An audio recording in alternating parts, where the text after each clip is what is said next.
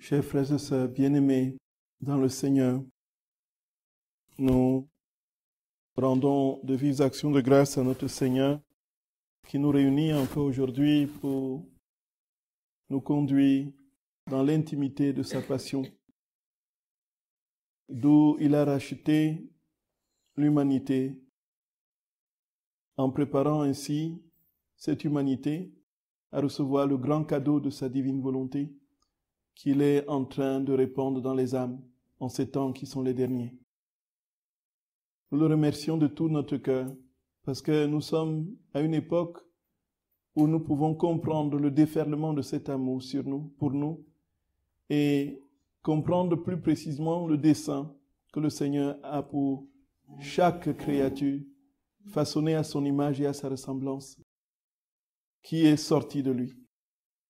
Nous sommes sur le chemin du retour. Nous sommes sur le chemin du retour vers le Père. L'enfant prodigue va bientôt être fêté. Les agneaux gras vont être immolés. Des vins capiteux vont couler. Et puis, nous allons, frères et sœurs bien-aimés, recevoir dans la fête de la vie divine toutes les prérogatives que nous avons perdues avec le péché des premiers parents. Et le Seigneur nous dit aujourd'hui plus que jamais que quel que soit ce que nous pensons, ce que nous faisons, c'est déjà signé en lui, c'est un décret en lui. Il n'y a pas de possibilité pour lui de se dédire. Il dit une chose et il le réalise. Il n'y a pas de distorsion entre sa parole et la réalisation de cette parole.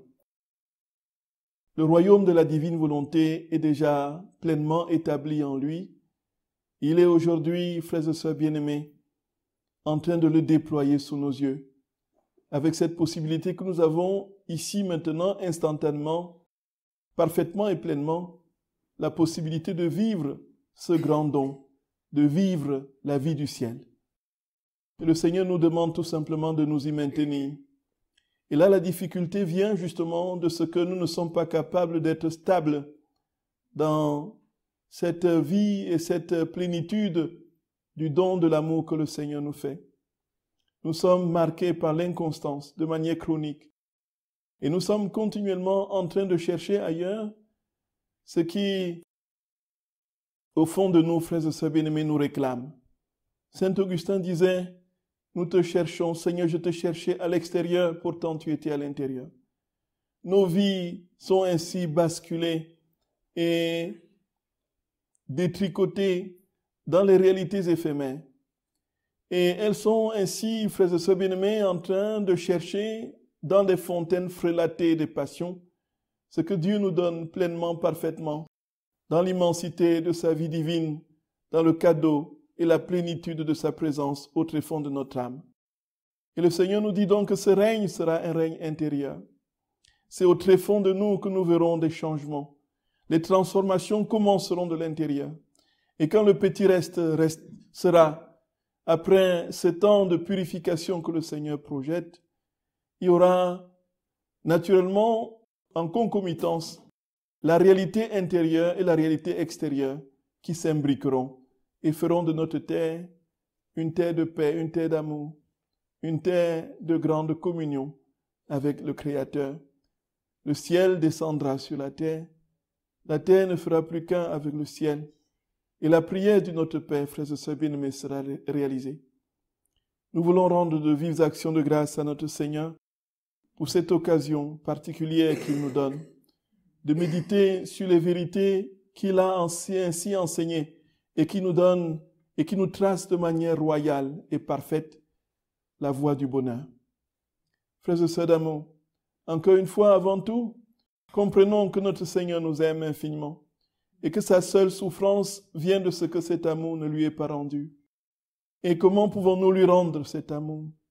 Cet amour lui est rendu par, naturellement, notre fiat que nous lui donnons, la dépossession de nous-mêmes, notre volonté que nous ne voulons plus être à nous et que nous lui remettons de manière confiante.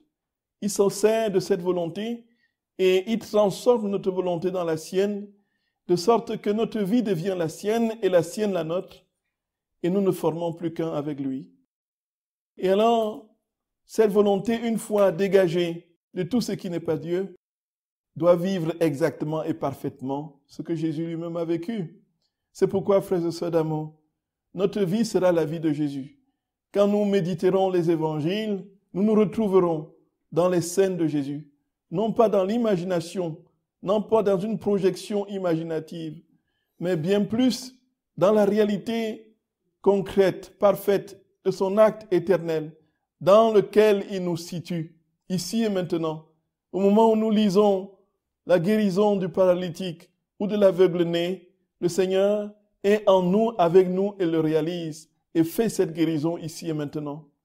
Et le Seigneur nous dit, frères et sœurs bien-aimés, que c'était seulement ainsi que nous pourrons véritablement vivre sa vie. Et cette correspondance de notre volonté avec la sienne va donc être tout simplement cette communication de vie, de volonté, d'intelligence, de mémoire, qui vont faire que nos facultés seront, sans disparaître, vont être transformées en celle de Jésus. Et voici que le Seigneur nous dit que ceci est possible si nous sommes dans la divine volonté, si nous sommes établis dans la divine volonté. Pour que cette présentification de la vie de Dieu se réalise ici et maintenant, il faut que nous soyons unis au Seigneur dans sa vie divine. Et voici, frères et sœurs bien-aimés, que lorsque nous méditerons sa passion, nous serons exactement avec lui à Gethsémani. Nous serons exactement avec lui sur le chemin de croix. Nous serons exactement, précisément avec lui cloués sur la croix. Nous serons exactement et précisément avec lui, mais ne sang coulera. Et nous serons dans la réalité de ce qu'il a vécu. Et nous pourrons lui parler au présent. Et non pas dans un souvenir d'un acte de rédempteur qu'il a accompli pour nous et dont les fruits se prolongent aujourd'hui. C'est alors, frères et sœurs bien-aimés, que nous comprenons l'esprit, comme on l'a vu, de la méditation des heures de la Passion. Et nous avons essayé de dresser le cadre de cette méditation dans ce que notre très saint Seigneur enseignait et faisait comprendre à sa servante Luisa Picaretta. Voici que Jésus va tout simplement dire que cette méditation réalise la perfection de la communion de son âme avec la nôtre. Nous sommes au jardin de Gethsémani, nous vivons dans la profondeur de notre être, de notre âme, ce que Jésus lui-même a vécu. Même si nous n'avons pas les sensations visibles, les perceptions sensibles de ce vécu, cela se passe véritablement, cela se passe réellement. Et nous avons donc dit, frères et sœurs d'amour, qu'il y avait donc ces deux cadres dans cette méditation, les affections. Il est naturel que lorsque le Seigneur vit sa vie en nous, que nous soyons dans cette intimité avec lui et que nous vivions ce qu'il vit et que nous le consolions, que nous essuyions ses larmes, que nous essuyions son sang, que nous disions notre je t'aime pour tout ce qu'il souffre, pour les coups qu'il endure, ainsi de suite. Mais en fait, cela va nous conduire à la deuxième harmonique qui est la réparation. Donc, nous aimons notre Seigneur et nous le consolons dans sa passion et sa souffrance pour réparer. Et c'est ça, frères et sœurs bien-aimés, le cadre fondamental de la méditation des heures de la passion, nous l'avons dit, les affections et les réparations. Et depuis un certain temps, nous avons commencé la méditation de la 6e heure. Et nous avons compris ce que c'était que entrer dans la vie de Jésus. Et le Seigneur nous donnait de cette compréhension lorsque nous avons évoqué la réalité de la couronne d'épines. Entrer dans la pensée de Jésus. Seigneur, tu fais toutes choses nouvelles. Et tout ce qui s'est passé dans ta rédemption était la préparation de ce que nous allons vivre aujourd'hui dans ce temps de sanctification. Seigneur notre roi, tu as montré, tu as dit que tout, dans les moindres petits détails de ce que tu as vécu, avait une signification, un impact sur ce temps que nous vivons. Et tu nous as dit que la couronne d'épines que tu as reçue avait une fonction particulière. Frères et sœurs bien-aimés, le Seigneur nous dit que cette couronne d'épines il a porté. Et c'était autant, non seulement sur le plan symbolique, mais sur le plan réel. Mais comme c'était un Dieu qui souffrait, chaque couronne, chaque épine avait un impact sur toutes les pensées de toutes les créatures. Il a souffert la couronne d'épines pour réparer toutes les pensées des créatures, toutes les mauvaises pensées de tous les âmes, de tous les temps. Et le Seigneur, frères et sœurs bien-aimés, dans chacune des épines, a réparé pour chacune de nos pensées. Et alors, qu'est-ce que la servante lui a dit? Elle dit au Seigneur, voilà, Seigneur, mon amour risque de ne pas suffire. Alors, pour compléter cet amour, je vais prendre l'intelligence des anges. Je vais prendre l'intelligence des saints qui sont avec toi pour remplir ta tête, pour que tu sois consolé des mauvaises pensées des créatures.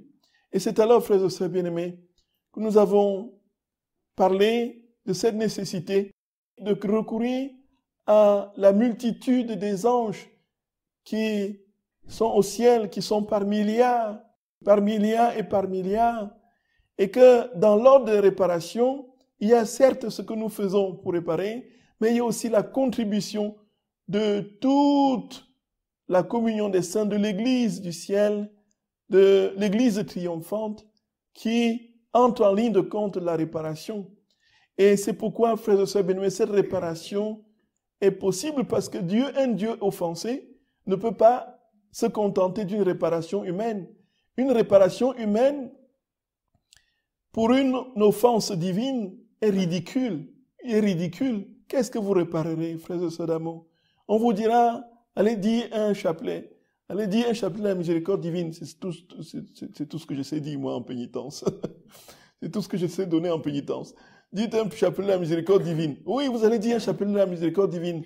Qu'est-ce que cela fera? Est-ce que c'est suffisant pour que toutes les offenses de nos vies soient réparées? Ce n'est pas possible, frères et sœurs d'amour.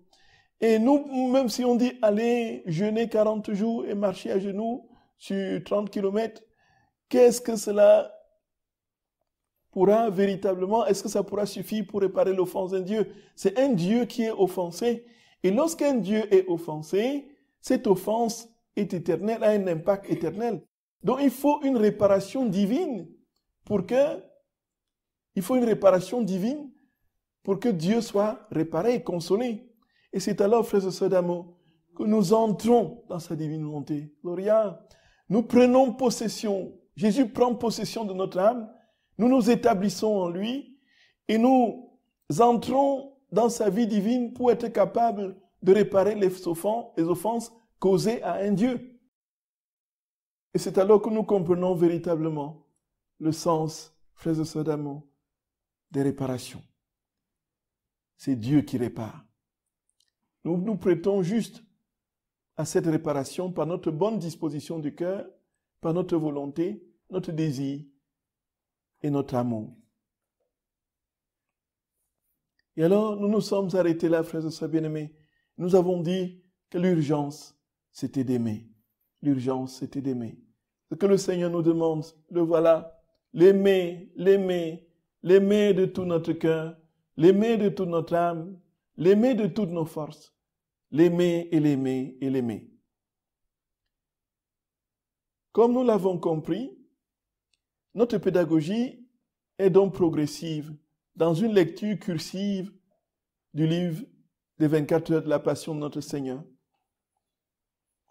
Et cette lecture qui va nous conduire de ramification en ramification dans le livre du ciel, où nous allons, pour comprendre certaines choses qui nous sont dites dans les 24 heures, recourir à ce que Jésus donne comme enseignement dans le livre du ciel et pouvoir ainsi non seulement mieux l'intérioriser, l'expliciter par l'intelligence, mais l'intérioriser par le cœur et le vivre concrètement.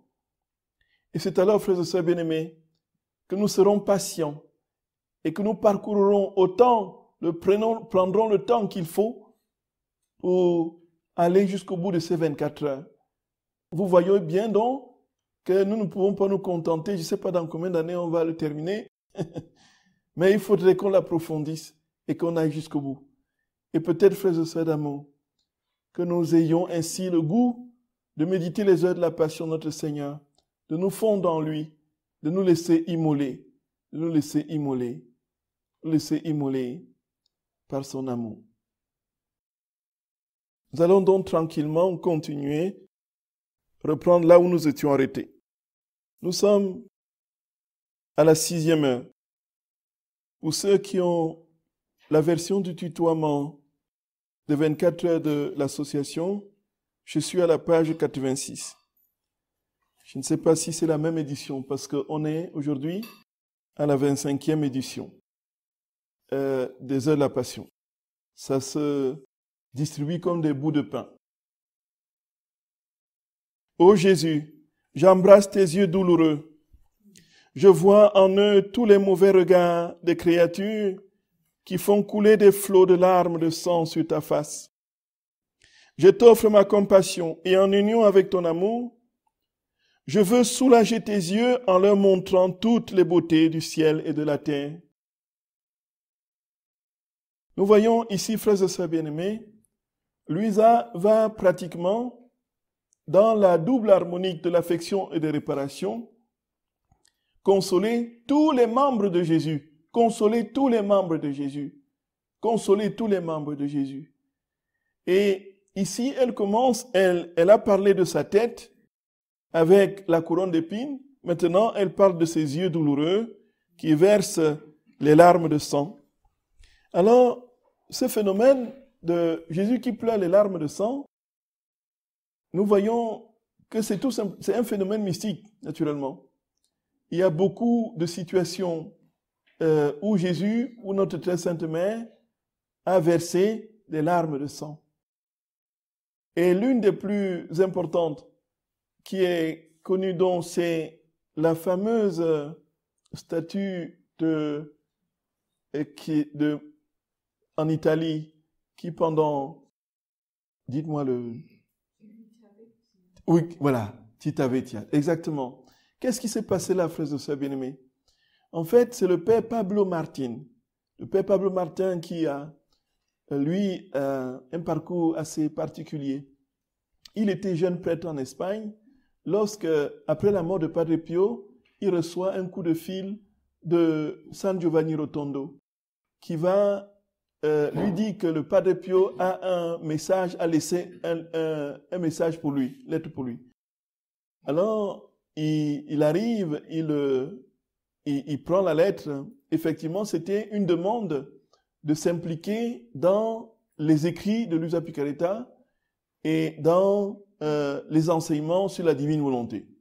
Pablo Martin, qui vit encore aujourd'hui, qui est en Italie, après plus de 80 ans, je suis en contact avec lui, et qui est l'un des grands spécialistes de la vie dans la divine volonté, l'un des premiers pratiquement à avoir travaillé de manière laborieuse sur les écrits en italien, et puis qui maintenant, après beaucoup de retraites, de livres qu'il a écrits sur la divine volonté, il a d'ailleurs donné à l'association d'autorisation écrite de traduire tous ces livres si on veut, ainsi de suite.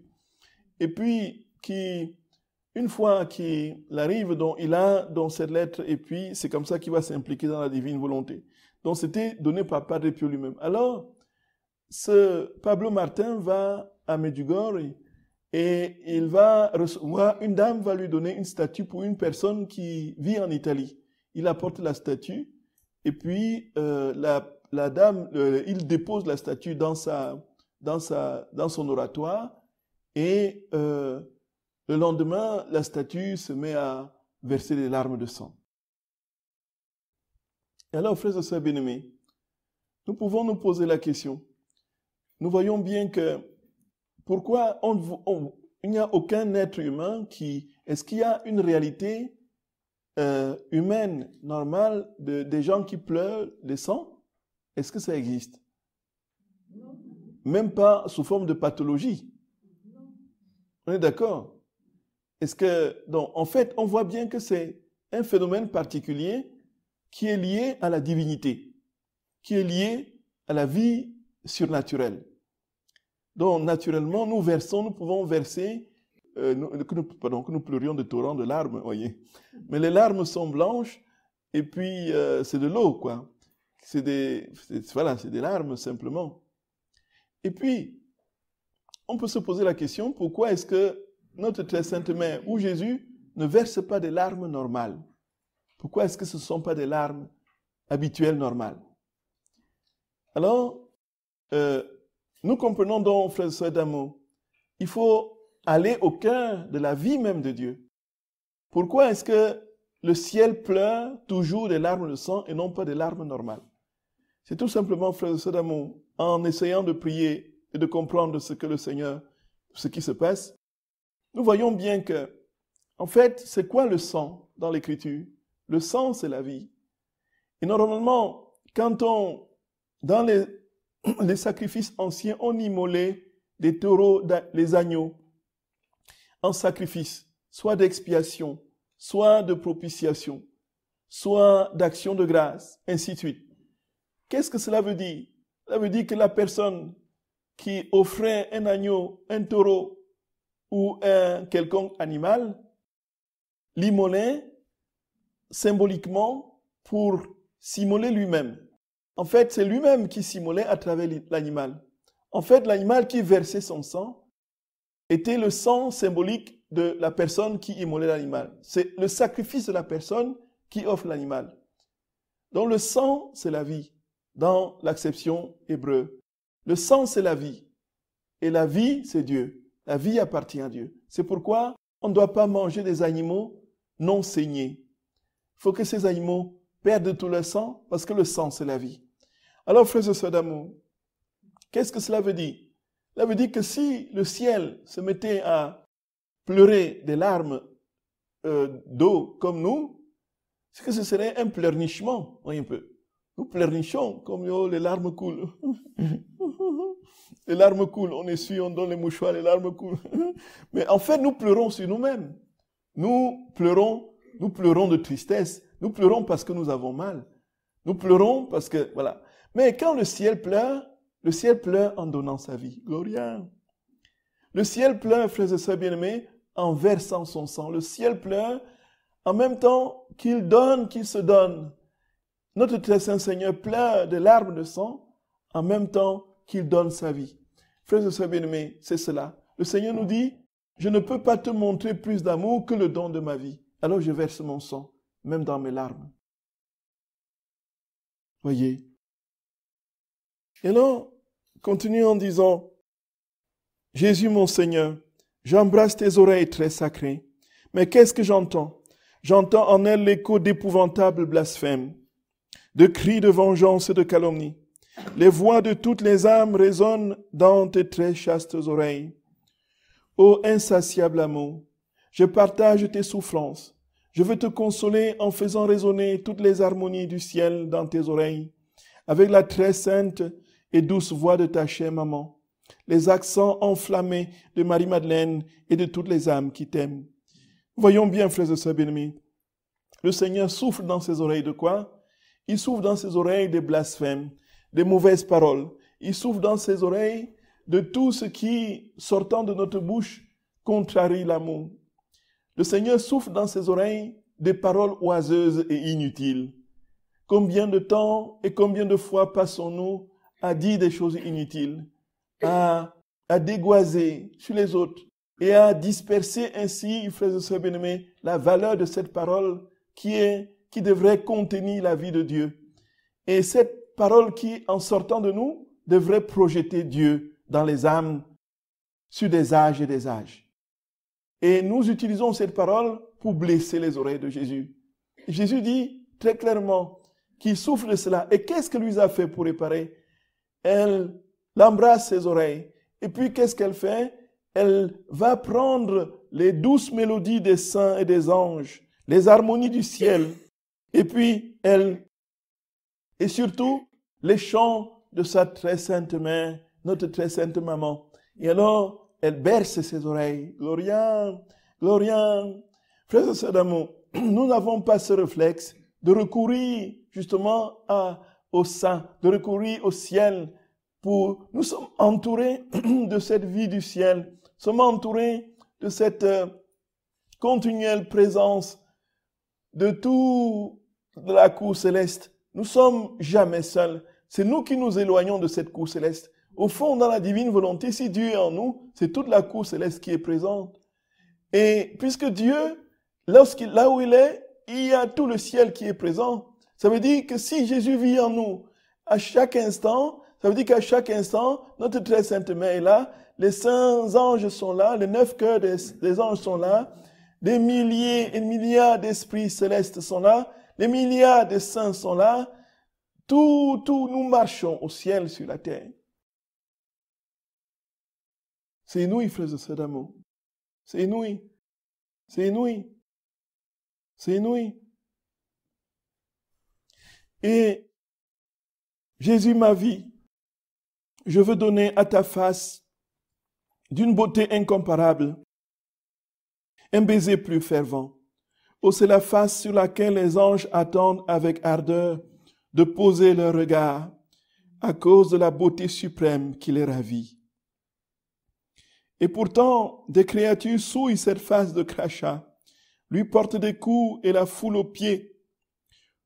Mon amour, quelle audace!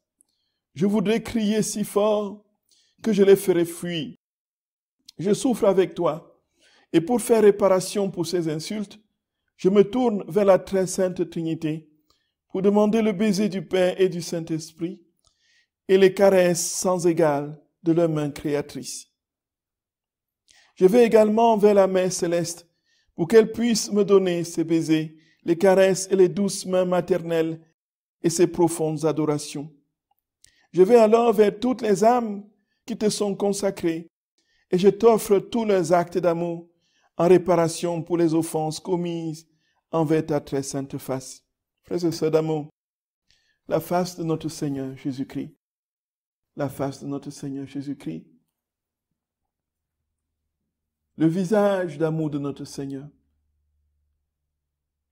Frères et sœurs bien-aimés, comme le psalmiste dit, comme le cerf altéré cherche l'eau vive, ainsi mon âme te cherche, toi, ô mon Dieu. Alors, il y a un autre psaume. Montre-moi ton visage. Montre-moi ton visage. Le visage de Dieu, frères et sœurs d'amour. Nous voyons dans l'Ancien Testament, lorsque Moïse monte sur le mont Sinaï pour attendre les tables de la loi, le Seigneur lui dit, voici, tu ne peux me voir sans mourir. C'est dans le livre de l'Exode au chapitre 34.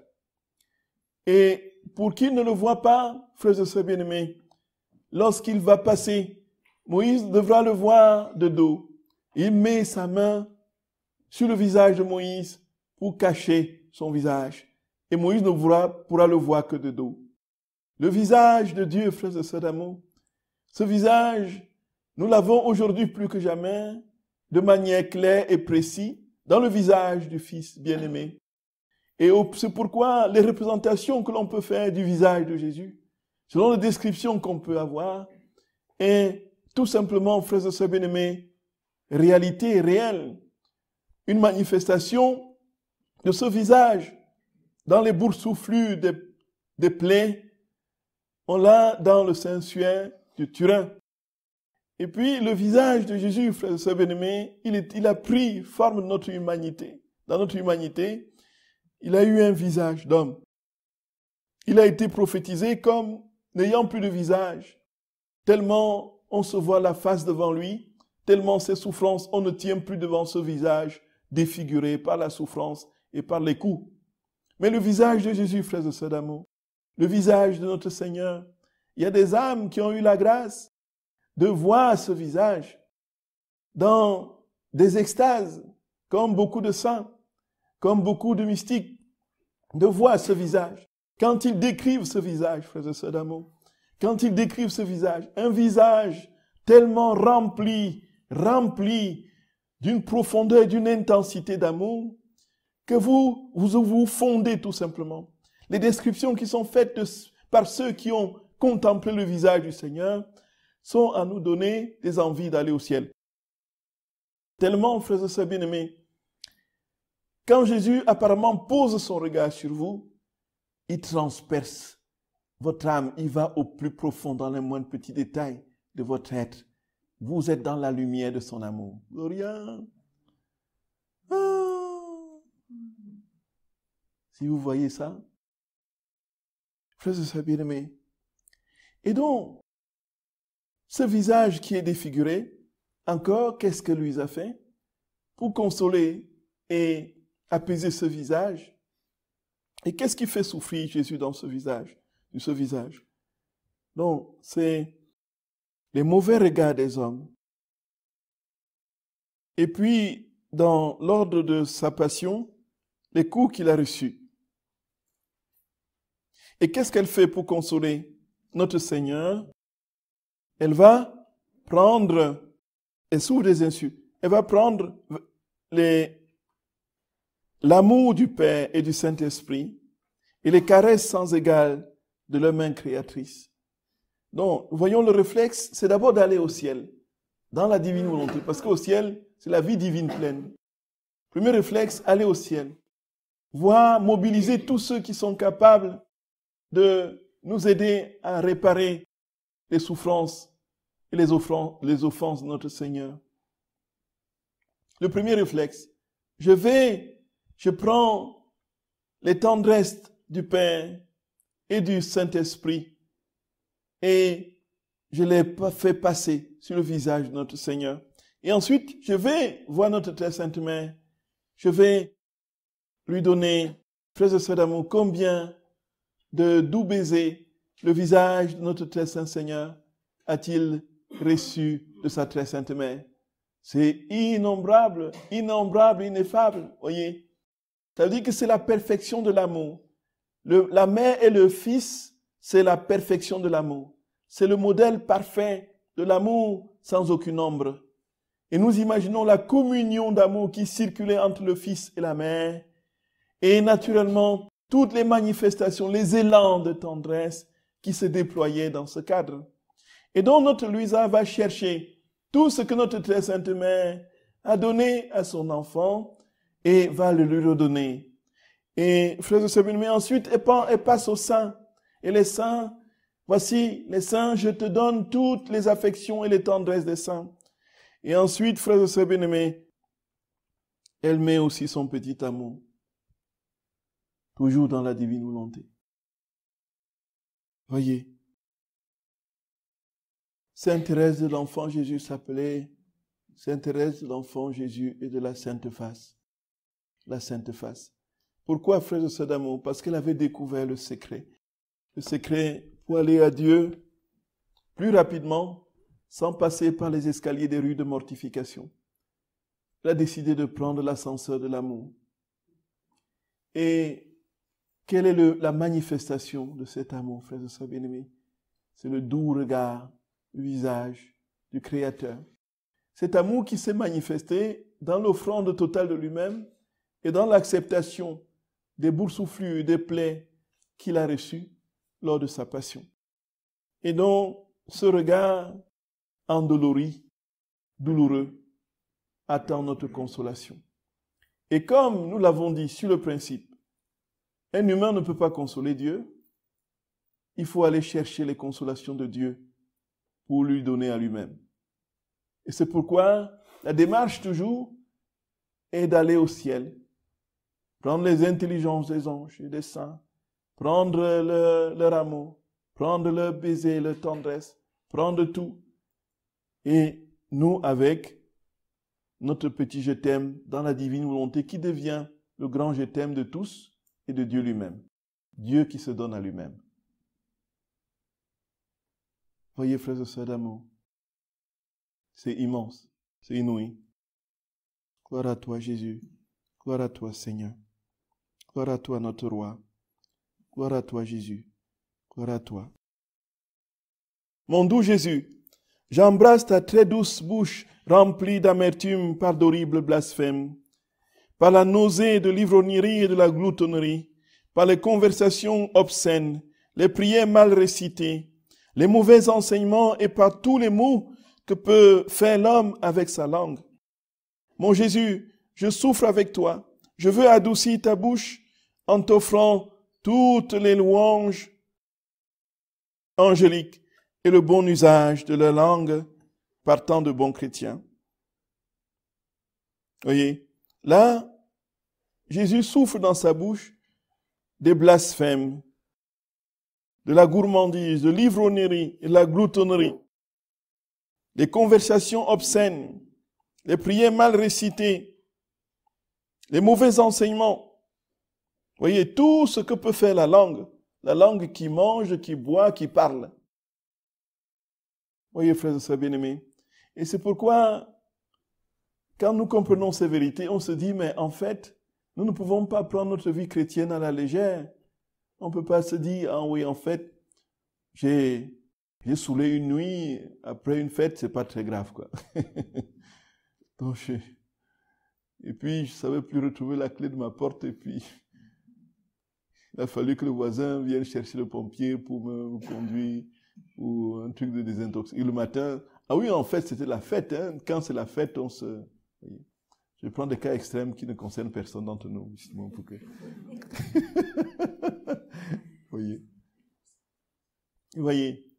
On ne peut pas dire, voilà, en fait, c'était la fête et voilà, je profite pour me lâcher. On ne peut pas dire ça. Voyez, frères et sœurs d'amour. Donc, chaque fois, Jésus est en souffrance. C'est ce qui nous fait comprendre. Et tout ce qui sort de mauvais, tout ce que notre langue fait de mauvais, soit en parole, soit dans les actes, ça fait souffrir Jésus. Et encore, le premier réflexe, c'est quoi? C'est d'aller chercher les louanges angéliques pour adoucir les offenses qui sont faites à notre Seigneur. Après, on va dire, en fait, voyez, on va dire, en fait, Jésus, la fête, il faut faire la fête. Et Jésus, de toutes les façons, même dans la Bible, il a multiplié 600 litres d'eau en 600 litres de vin. Il a transformé 600 litres d'eau en 600 litres. Oh. Oui, on va dire, il a demandé que l'on boive, qu'il a, en fait, la fête. L'homme, le Fils de l'homme est venu, il mange et il boit, et vous l'appelez donc.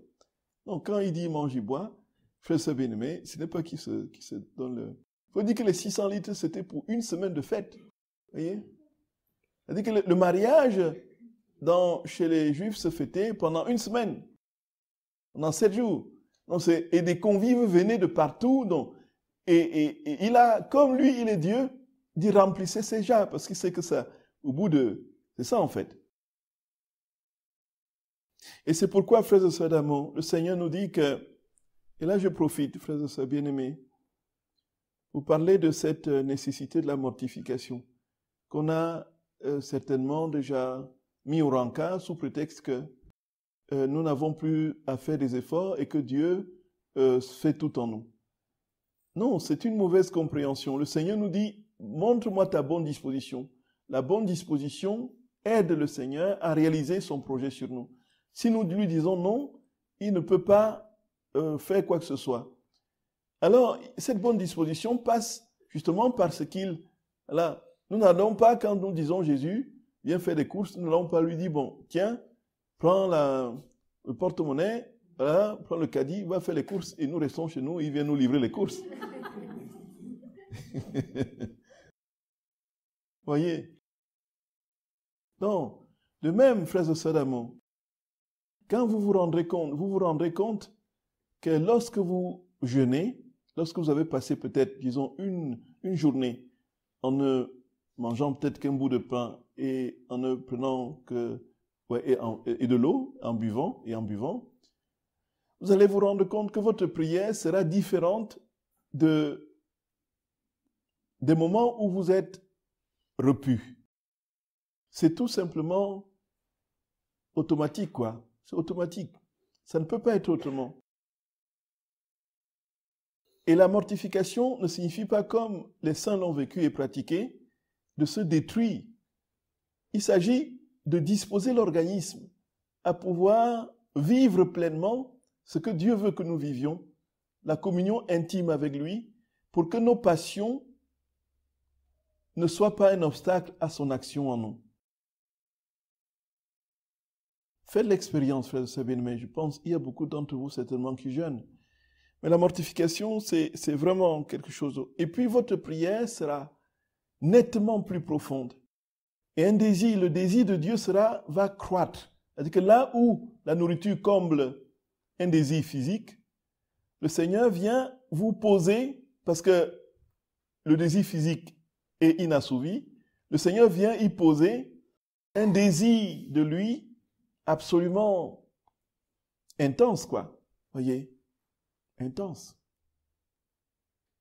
Et c'est pourquoi vous verrez dans la vie des saints et des mystiques, partout où le Seigneur œuvre de manière assez exponentielle, il soumet les âmes, toutes ces âmes au jeûne. On ne peut pas progresser dans la vie spirituelle sans un minimum d'effort. C'est l'évidence, frères et sœurs bien-aimés. Mais comme c'est Jésus qui va jeûner en nous, alors nous allons ressentir en nous une soif encore infiniment plus brûlante que si nous jeûnons simplement pour perdre du poids. Et Louisa passe au cou de Jésus. Mon amour oppressé, j'embrasse ton cou et je le vois chargé de cordes et de chaînes à cause des attachements et des péchés des créatures. Je souffre avec toi et pour te réconforter, je t'offre l'union indissoluble des personnes divines. Je me fonds dans cette union, je tends mes bras vers toi et je forme une douce chaîne d'amour autour de ton cou.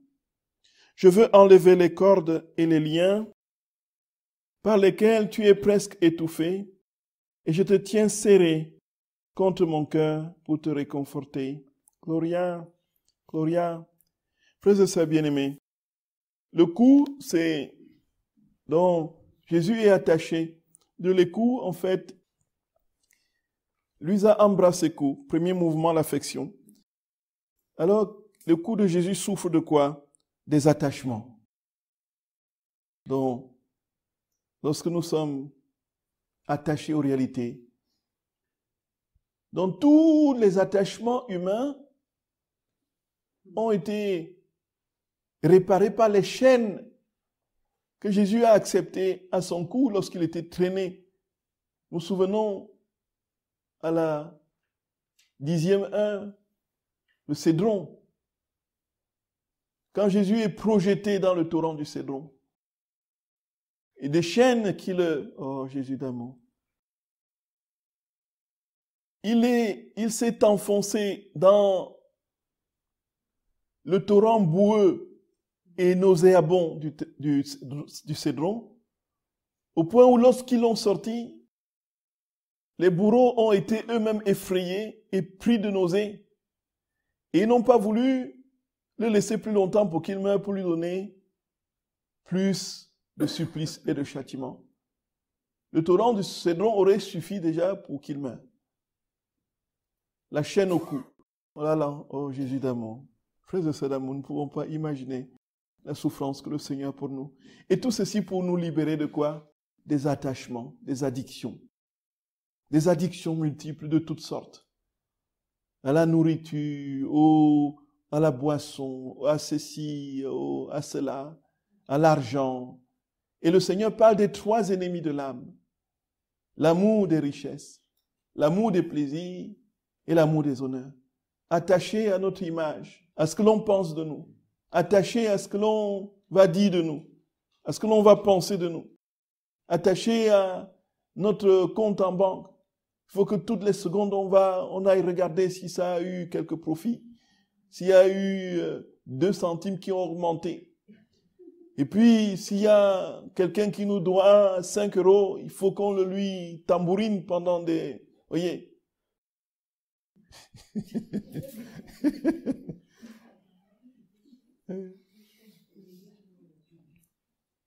L'attachement au plaisir de toutes sortes, voyez.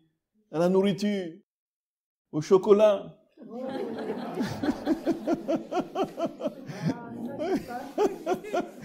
Voyez, voyez. Ouais. Voyez. Donc le Seigneur, frères et sœurs bien-aimés, le Seigneur il souffre de tous ses attachements en fait. Il souffre de tous ses attachements. Et qu'est-ce que lui a fait pour le consoler?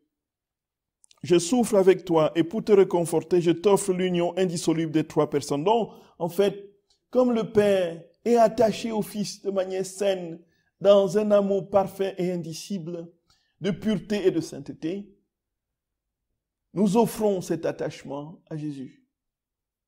Et en fait, pour dire que notre attachement devrait être uniquement, essentiellement, centré sur Dieu. Notre seul attachement devrait être Dieu. Je me fonds dans cette union. Je tends mes bras vers toi et je forme une douce chaîne d'amour autour de ton cou. Je veux enlever les cordes et les liens par lesquels tu es presque étouffé et je te tiens serré contre mon cœur pour te réconforter. Gloria, Gloria, frères et sœurs d'amour, nous comprenons plus que jamais, au fur et à mesure que nous progressons, que la vie chrétienne se simplifie. Au fur et à mesure que nous progressons dans les vérités que le Seigneur nous enseigne, notre vie devrait être plus simple. La relation avec le Seigneur devrait être moins compliquée. Et nous devrions être vraiment dans ce vis-à-vis d'intimité, de profondeur et d'amour qui fait, frères et sœurs d'amour, que nous sommes continuellement dans la conscience d'être dans les bras de Jésus et que nous sommes aptes de manière immédiate à le prendre lui aussi dans nos bras et à lui dire « Je t'aime mon Jésus, je t'aime mon Jésus d'amour », à lui donner tout notre cœur, vivre ce cœur à cœur au quotidien, vivre ce cœur à cœur instantanément, frères et sœurs d'amour, nous simplifie, nous libère des oripeaux, des passions, de la recherche des honneurs, la recherche de la voix, et nous pose dans la pureté et la transparence de Dieu. C'est cela, frères et sœurs bien-aimés, c'est cela. Et pour cela, vraiment, que Jésus nous accorde la grâce de continuer notre combat, conscient et confiant en lui, conscient que nous sommes rien et que lui, il est tout, et que sans lui, nous ne pouvons rien faire, confiant en son infinie tendresse, son infinie miséricorde, son infinie puissance qui viendra nous relever lorsque nous aurons chuté. Et avançons, avançons. Et bientôt, frères et sœurs bien-aimés, les portes s'ouvriront et nous verrons le visage de l'amour de Jésus. Et nous verrons son visage d'amour. Je vous salue Marie, pleine de grâce. Le Seigneur est avec vous. Vous êtes bénie entre toutes les femmes. Et Jésus, le fruit de vos entrailles. Sainte Marie, Mère de Dieu, priez pour nous pauvres pécheurs, maintenant et à l'heure de notre mort. Au nom du Père et du Fils et du Saint-Esprit. Amen.